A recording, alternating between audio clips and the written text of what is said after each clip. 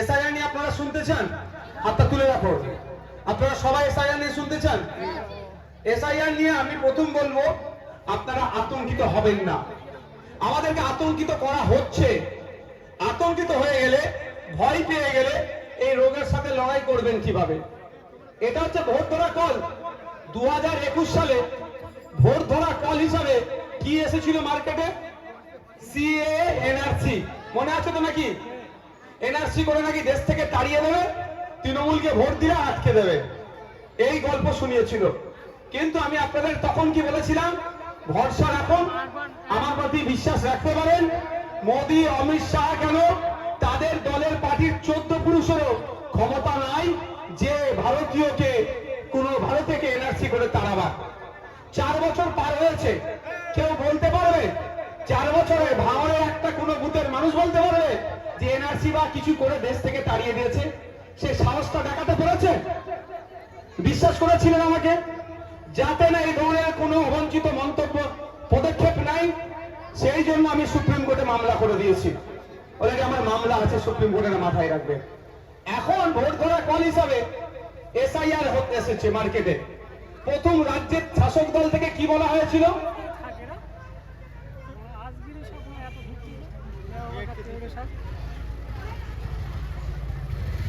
শাসক দল থেকে প্রথমে কি বলা হয়েছিল? যে এসআইআর করতে দেব না। তখন আমি বলেছিলাম এসআইআর নিয়ে আতঙ্কিত হবেন না। আজকেও দেখুন, আজকেও বলছি এসআইআর নিয়ে আতঙ্কিত হবেন না, কিন্তু শাসক দলের অবস্থান পরিবর্তন হয়েছে। সেই সময় বলেছিল এসআইআর করতে দেব না, কিন্তু আজকেই আমি পেপারে পেলাম 80,600 অফিসার মমতা ব্যানার্জি সরকার দিচ্ছে এসআইআর করার জন্য। তাহলে সাপে কামড়াচ্ছে, ও জায়গায় ঝাড়ছে কে? বলুন, সাপে কামড়াচ্ছে, ও জায়গায় ঝাড়ছে। প্রায় 90,000 টোটাল অফিসার আমাদের রাজ্য সরকার ইসিআই কে দিচ্ছে দ্রুত এসআইআর করার জন্য। তাহলে এর পাল্লাই পড়লে, এর ফাঁদে পড়লে কি হবে? দিন দুনিয়া সব যাবে। আমি একটা মজার ছলে বলছি, কথাটা বললাম।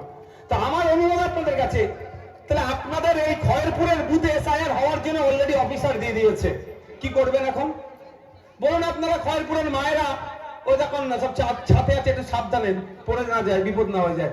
খয়েরপুরের বাপ ভাইরা বলুন, তাহলে এখন এসআইআর এর জন্য অফিসার দিয়ে দিয়েছে অলরেডি। এইদিকে কিন্তু তৃণমূল কদিন আগে বলছিল এসআইআর করতে দেবো না। তাহলে এখন করবেন কি?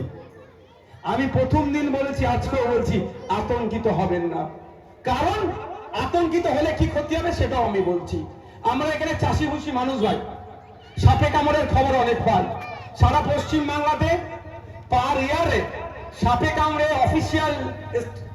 অফিসিয়াল ডকুমেন্ট হচ্ছে 1,500 মানুষ সাপে কামড়ে মারা যায় এক বছরে, আর আনঅফিসিয়ালি প্রায় 3,000 মানুষ মারা যায়।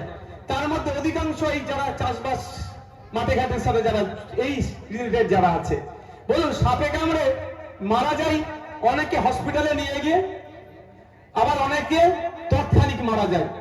মেডিকেল সায়েন্স বলছে কোন সাপে কাটা রোগী যদি 90 মিনিট বা 100 মিনিটের মধ্যে এবিএস, অ্যান্টিভেনাম বলে যাকে, যদি তার শরীরে প্রয়োগ করা হয় তাহলে সে বাঁচার সম্ভাবনা থাকে 90 থেকে 100 মিনিট পর্যন্ত। ঠিক আছে? তাহলে সাপে কাটার সাথে সাথে অনেকে মারা যায়, হয় না? সাপে কাটার সঙ্গে সঙ্গে মারা গেছে, তাহলে এটা হয় কেন? মেডিকেল সায়েন্স কি ভুল বলেছে? মেডিকেল সায়েন্সও ভুল বলেনি, আর আমার কথাটাও সত্য যে সাপে কাটার সাথে সাথে মানুষ অনেক মারা যায়। সাপে কাটার সাথে সাথে ওই